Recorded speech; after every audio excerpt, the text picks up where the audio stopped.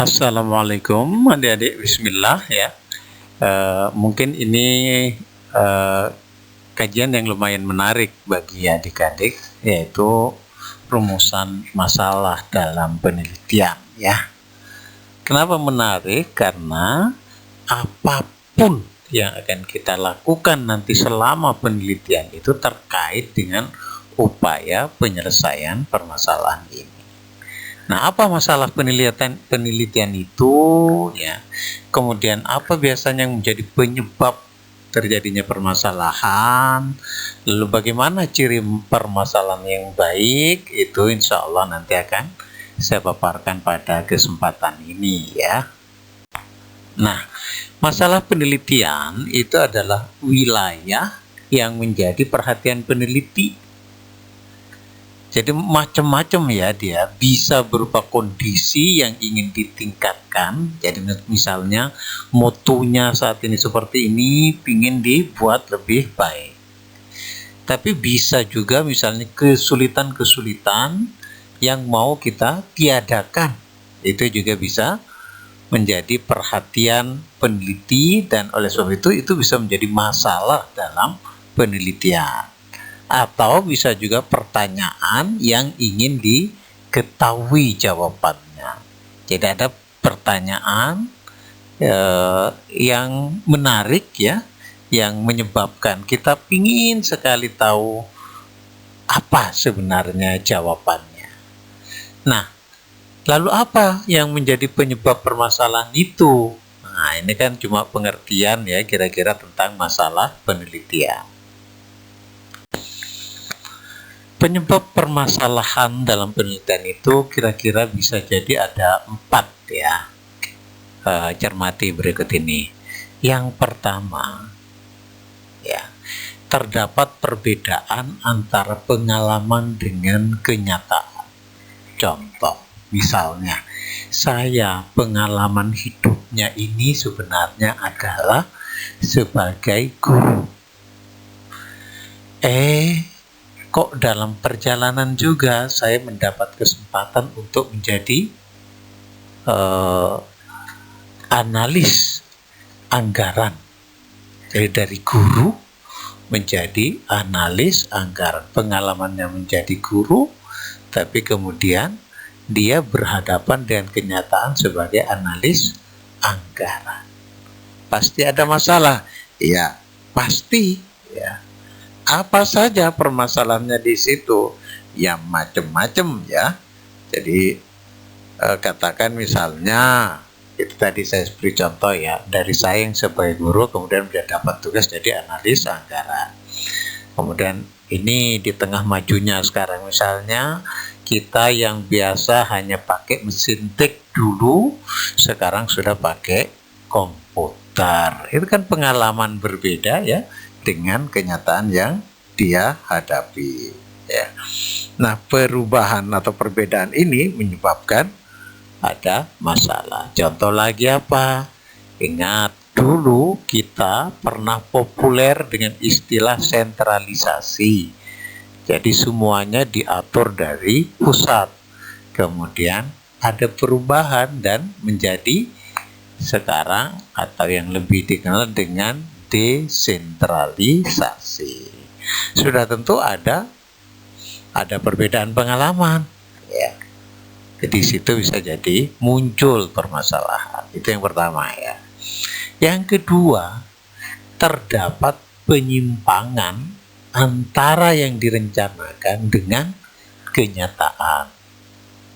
Atau terdapat perbedaan antara yang seharusnya dengan kondisi yang ada. Atau terdapat perbedaan antara teori dengan praktiknya. Nah, perbedaan-perbedaan itu yang menjadi kesenjangan dan menjadi penyebab adanya masalah. Oke, ya. Nah, kalian cermati di sini perbedaan antara teori dengan praktik ini banyak di lapangan. Contoh misalnya, seharusnya setiap anak usia 7-12 itu bersekolah di SD. Seharusnya ya. mereka bersekolah, memasuki usia sekolah level SD. Lah kok ada anak usia 10 tahun nggak sekolah di SD, itu berarti ada masalah. Oke. Kemudian yang ketiga yang bisa menjadi penyebab itu adalah adanya pengaduan, ya. Jadi ketika misalnya ada orang yang melaporkan ke kita tentang layanan yang kita berikan. Contoh, kalau saat ini kita belajar di Stainim, kemudian mahasiswa mengadu ke dosen pembimbingnya, Ustadz atau Ustazah, dosen itu kalau ngajar kurang menarik, isinya marah-marah. Ada pengaduan dari mahasiswa. Ini berarti akan ada masalah, bukan akan ada lagi, ada masalah. Dan ini mesti diselesaikan. Bisa diteliti kenapa penyebabnya atau bagaimana caranya agar ada perubahan yang lebih baik, ya. Itu adalah tugas-tugas penelitian nanti, ya. Lalu bisa jadi yang keempat itu adalah ada kompetisi, ya. Ada perlombaan, ya, untuk layanan yang sama. Artinya bagaimana agar kita memberikan layanan yang lebih baik dari kompetitor kita, ya. Katakan misalnya sekolah, insya Allah pernah saya sampaikan mungkin ini, ya, mengapa di sekolah negeri misalnya pelajaran agama lebih rendah dari sekolah ICM. Nah, itu kan karena ada kompetisi, ya. Cukup, ya, penyebab permasalahan. Terakhir kita akan masuk rumusan masalah yang baik. Rumusan masalah yang baik itu adalah pertama harus visible. Apa itu Pak visible itu? Visible itu sebenarnya maksudnya adalah memang memungkinkan untuk dilakukan penelitian di situ. Bisa jadi sesuatu itu tidak mungkin dilakukan, Pak? Bisa. Contoh misalnya, penelitian itu mahal biayanya sehingga kita nggak punya duit, berarti nggak visible, ya. Kemudian yang kedua, bisa jadi penelitian itu perlu waktu lama sekali, ya, sehingga kita kayaknya nggak selesai sampai kita selesai kuliah. Itu namanya nggak visible. Jelas, ya? Artinya masalah yang visible, ya, rumusan masalah yang baik itu harus visible, memang memungkinkan untuk dilakukan penelitian. Kemudian yang kedua harus jelas masalahnya apa sebenarnya yang akan diselesaikan. Bahkan jika memungkinkan dengan melihat latar belakang saja yang kita tulis, orang akan mengerti masalah yang ingin kita selesaikan. Kemudian yang ketiga adalah signifikan, artinya bermakna.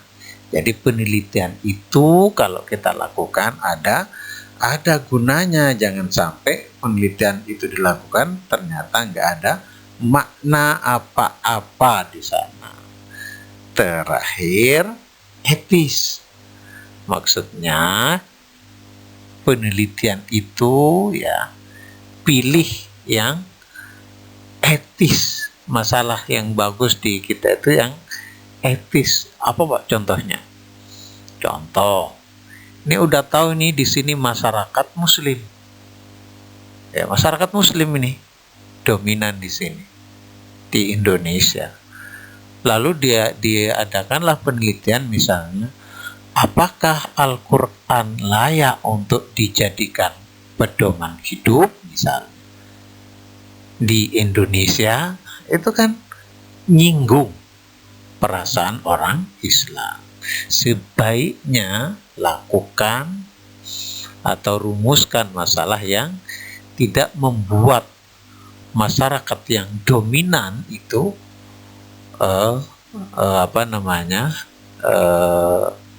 menyerang balik, ya. Itu penelitian itu. Oke, cukup ya. Terima kasih ya. Semoga apa yang saya sampaikan ini ada manfaatnya. Sampai jumpa. Assalamualaikum.